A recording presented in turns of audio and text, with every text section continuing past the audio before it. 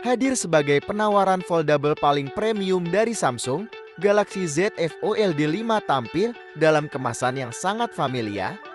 Berbeda dengan seri Flip yang langsung terlihat berbeda, sejumlah peningkatan yang hadir di seri Fold berada pada sisi hardware internal serta software, membuatnya menjadi perangkat pendukung produktivitas yang maksimal. Harga masih sama dengan generasi sebelumnya, namun kini tampil lebih ringan dan tipis, sekaligus lebih powerful dengan baterai lebih tahan lama.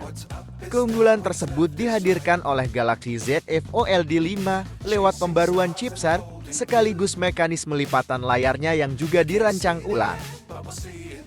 Dengan bandrol harga yang lebih mahal dari Galaxy S23 Ultra, apakah opsi yang satu ini lebih pas untuk kebutuhan guys? Berikut ulasan lengkap Samsung Galaxy Z Fold 5. Hampir sama persis, namun kini lebih aman dan nyaman di genggaman. Dilihat dari tampilan eksteriornya, desain Galaxy Z Fold 5 masih sama dengan Galaxy Z Fold 4. Selain opsi layar yang bisa membedakan keduanya, hanya peletakan lampu LED di kameranya yang berbeda.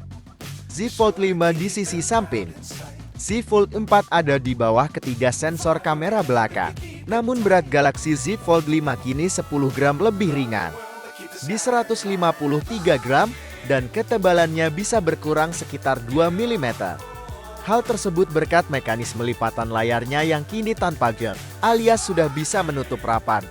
Selain jadi lebih mudah masuk ke kantong, layar bagian dalam juga lebih aman dari debu dan objek lainnya. Panel depan dan belakang sama-sama terproteksi dengan Gorilla Glass Victus 2. Sementara bingkainya gunakan material armor aluminium yang diklaim lebih kokoh dari aluminium standar. Juga tersertifikasi IPX8 yang membuatnya tahan air. Meski memang belum tahan debu, setidaknya lebih aman, karena kini layar sudah bisa tertutup rapat. Bobotnya yang lebih ringan serta layar tanpa gap membuat Galaxy Z Fold jadi lebih mudah dibawa kemana saja, termasuk ketika dipasangkan dengan slim SPN case. Bodi lebih tipis, stilusnya pun lebih tipis dan kini terintegrasi dengan permukaan case alias sudah tidak menonjol lagi seperti generasi sebelumnya. Sedikit catatan, slim SPN case Galaxy Z Fold 5 gunakan material plastik doff yang memang mampu memberikan grip yang mantap. Namun untuk warna cerahnya, bakal mengusam terutama pada bagian sudut-sudutnya. Warna grafit tentu bakal lebih aman dari risiko tersebut. Secara visual, masih sama persis seperti generasi sebelumnya, mulai dari layar luar sampai dalamnya. Layar luar alias cover screen Galaxy Z Fold 5 masih berukuran 6,2 inci dengan kerapatan pixel 401p, panel AMOLED adaptif 120 Hz, serta dukungan HDR10. Dalam layar 7,6 inci Dynamic AMOLED 2 kali juga sudah mendukung refresh rate adaptif 120 Hz, serta kecerahan yang sangat cukup untuk penggunaan luar ruangan sekalipun. Nah, yang berbeda adalah jenis proteksinya. Gorilla Glass Victus 2 di luar serta jenis panel baru. Untuk layar fleksibel di dalamnya, diklaim bakal lebih kuat, yang seharusnya dapat meminimalisir kerusakan hardware atau bekas pada proteksi layarnya. Lekukan atau crash di layar internal Galaxy Z Fold masih terlihat sama, alias belum seminim Oppo Find N2 Flip misalnya. Namun tetap dengan benefit mekanisme buka tutup layar yang lebih fleksibel pada hampir semua sudut kemiringan. Membuatnya pas ketika digunakan dalam berbagai mode, seperti mode ketika ingin membaca e-book. Misalnya, meski sudah menggunakan Gorilla Glass Victus 2, rasanya masih tetap perlu memberikan proteksi tambahan bila tidak ingin cover screen. Pada Galaxy Z Fold muncul baret tipis, karena ketika memanfaatkan kamera belakang handsfree, bagian cover screen bakal sering kontak langsung dengan permukaan meja dan lainnya, sehingga risiko baret memang sangat tinggi. Berbeda dengan layar bagian dalam yang memang sudah terintegrasi dengan lapisan pelindung layar, memberikan rasa aman ekstra ketika menggunakannya dengan atau tanpa S Pen. Dari semua bagian fitur utama, salah satu bagian yang menurut saya perbedaannya tidak signifikan ada pada sektor kamera.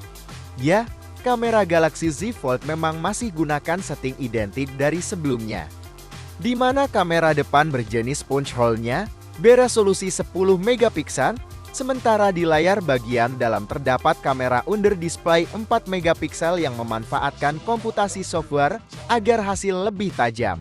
Bagian belakang, 3 kamera Galaxy Z Fold juga masih sama persis. Sensor utamanya beresolusi 50 megapiksel f/1, 8, dan ditemani sensor telefoto 10 megapiksel 3x optical zoom, serta 12 megapiksel f/2 2 ultrawide tanpa autofocus.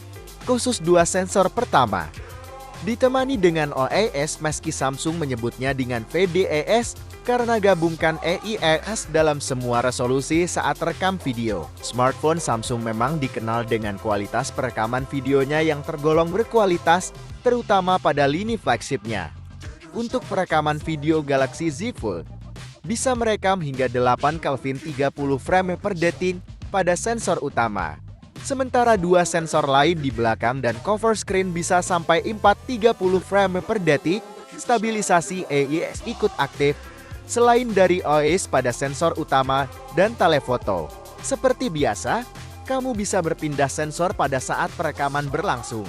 Memanfaatkan flex mode, kamu dapat meletakkan smartphone di beragam permukaan tanpa bantuan tripod, memudahkan untuk vlogging, timelapse, dan banyak skenario lainnya.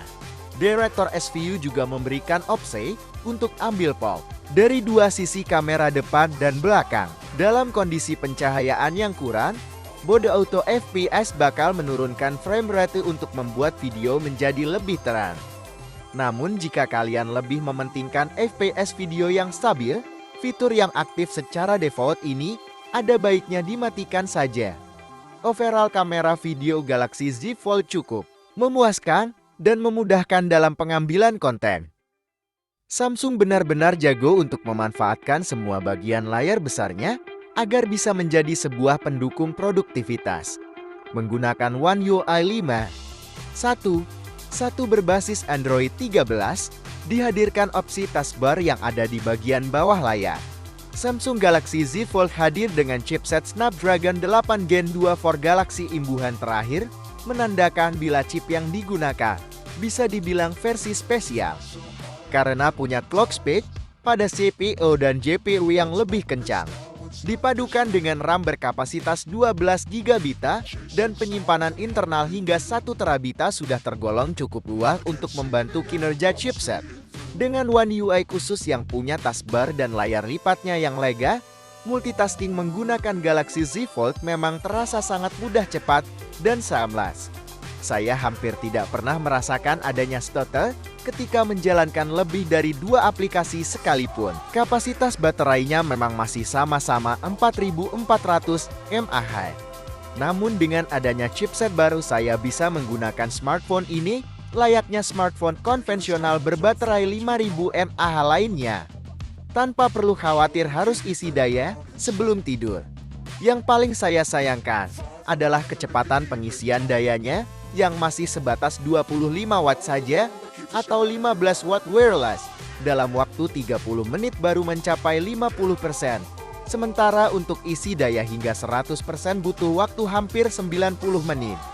Ketika performa sudah maksimal untuk produktivitas, akan jauh lebih menyenangkan bila pengisian dayanya juga instan layaknya kompetitor lain dengan kecepatan 65 watt atau lebih. Mudah-mudahan Samsung akan upgrade di seri selanjutnya.